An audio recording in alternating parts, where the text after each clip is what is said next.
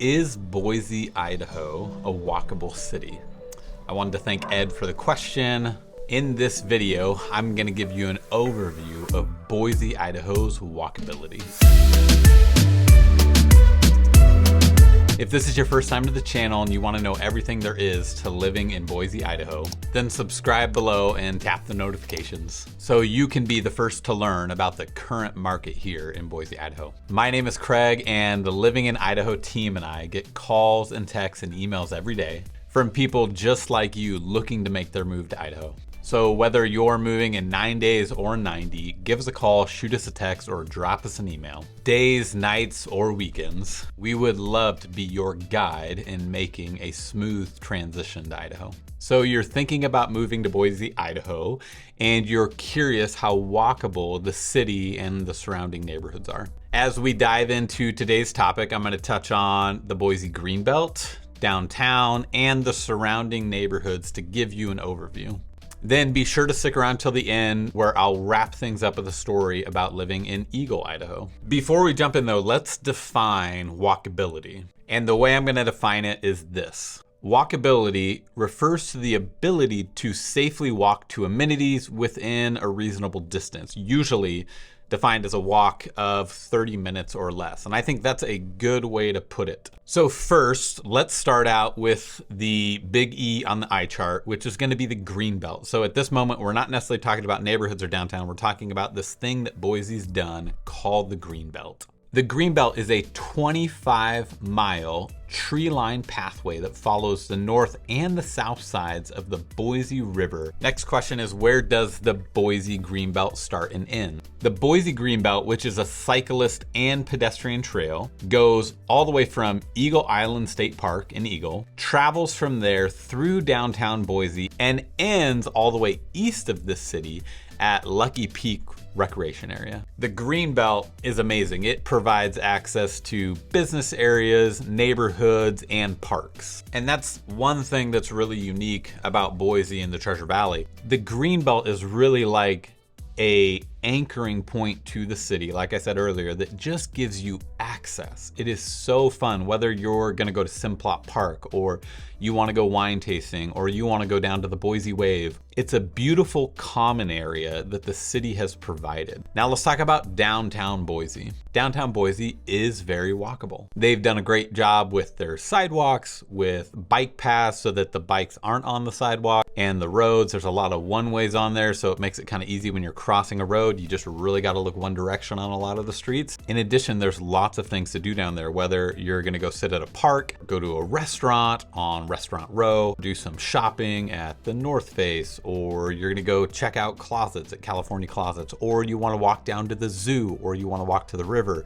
or again, parks or coffee shops. There are all sorts of things to do in Boise, and so much of it is accessible just by walking. Is the Boise Bench walkable? So the Boise Bench as a whole is located just south of the city, in between the city and the airport. They call it a bench because it's essentially raised up. It's like a bench looking down onto the city. And this is where walkability gets a little more interesting, right? Because it really depends on where you live and how close you are to certain things. So for example, there's one area in particular that me and my family have really enjoyed, which is an up and coming place essentially on Latah Street and Alpine Street. It's been interesting to see this little pocket kind of set itself apart, and businesses are starting to come into that area. You have Steel, so the ice cream place, Push and Pour, which is a great coffee shop, and you also have the Wild Child, so think burgers, fries, chicken sandwiches. So this is a place that me and my family, because we live on the bench, will bike to, say on Saturday morning or in the evening to get ice cream with kids. But ultimately, when you're looking at neighborhoods, it's good to just hover over, say like the Boise Bench, and type in coffee or whatever's important to you, a gym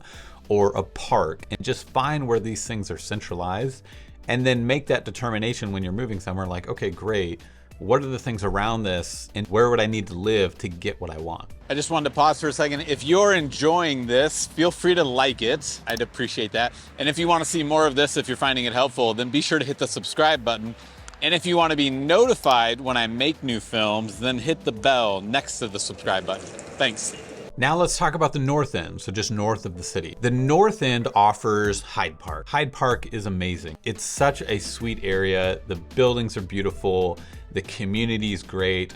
You essentially have Hyde Park, and then just north of that, you have Camelback Park, which is unbelievable in and of itself. At Hyde Park, you're gonna have coffee shops, restaurants, bike shops, candy store, all sorts of things for you and yours and your family to enjoy. Now let's move east of that to Northeast Boise. Essentially, the Mill District is a centralized area that offers amenities that you might enjoy walking to. In the Mill District, you have the Coffee Mill, Lucky 13, which is pizza, Lost Shack, which is sushi. And again, you'll see a common denominator here, which is gonna be the steel, which is gonna be ice cream. And if you do live right in that area, and you can walk to that, then you can also just walk south of that and you can access the Boise River. Now let's talk about Southeast Boise. So Southeast Boise, a main little pocket is gonna be Bounds Crossing. Interesting story about Bounds Crossing. Me and my wife, when we originally moved here, we made an offer on a foreclosure a couple blocks from Bounds Crossing. One reason that I like that area is that you can essentially just walk to the river. And it's easy to get to the river. It's easy to get to the Greenbelt. There are no hills. You could walk through the neighborhood, which then now leads us to Bounds Crossing. And at Bounds Crossing, you have the Boise Fry Company, which is burgers and fries. And they have a lot of great sauces at the Boise Fry Company. So if you're into sauces, it's a great place to go check out. They have the Tavern at Bounds Crossing. They have Flatbread, which is a pizza place. They have a bike shop, a candy store. The candy store is amazing. So if you have kids, take them there. If you got grandkids, you can go spoil them there and they'd have a blast. Additionally, you have a public library right there, and there's other commercial spaces there too. So for example, there is Alpine Chiropractic ran by Annie. Earlier this year, my son kind of went WWF on me and it took me out. And Annie did a great job of helping me recover and get back on my feet. And so if a great chiropractor is something you really want, then you could live there and you could walk, or if you're injured, drive to the chiropractor. Now, we just covered a lot of the stuff on the east side. Let's move west over to Garden City. Garden City is a great up and coming area. You have the Boise Wave, you have Simplot Park, you have you have Push and Pour again, the coffee shop. You have a bunch of restaurants close to the Greenbelt. You have wineries and all sorts of things. So that is a really great area. And I think we're gonna see a lot of change specifically in that area over the years to come. So those are just a few of the things in and around the downtown Boise area. As you move out to Meridian and Eagle, you're gonna find little pockets that have been built up. And that leads me to my story. So when me and my wife moved from Oregon, we moved into a neighborhood. At first glance, it didn't look like it offered much walkability other than just kind of walking through the neighborhood. With that being said too, we did have access to a great park, which was a real treat. But it was interesting because there was a coffee shop that went in, and that is something that is really important to me. I love having the chance to walk to communal places. It's a great way to get out. I feel like places like that really draw the neighbors out to go walk to it. And then that leads me to another thing.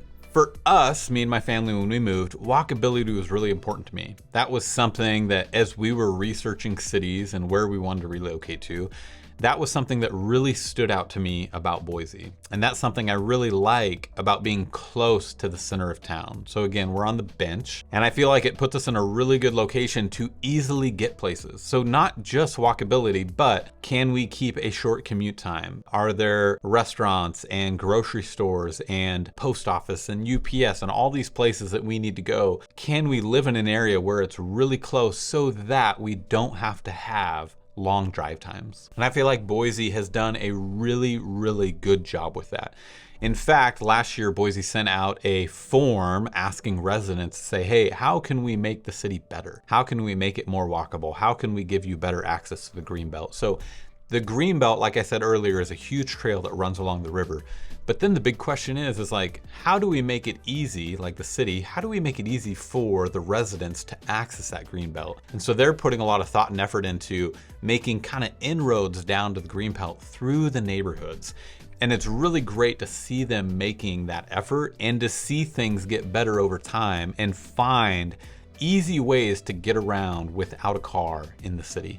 So there you have it. There is an overview, and it's just a glimpse of the walkability of Boise and some of the surrounding neighborhoods. I really appreciate you guys taking the time to watch this. If you're thinking about moving to Boise or the Treasure Valley and walkability is important to you, then give me a call, shoot me a text, or drop me an email, days, nights, or weekends. Again, I would love to be your guide in making that smooth transition. And if you're enjoying this, make sure to hit the like button, hit the subscribe button, and hit the bell if you want to be notified when new content comes out every week. Also, leave a comment. Tell me, what did you like about this? What questions do you have? I made this video specifically because Ed asked the question. So again, thank you, Ed, for asking that question.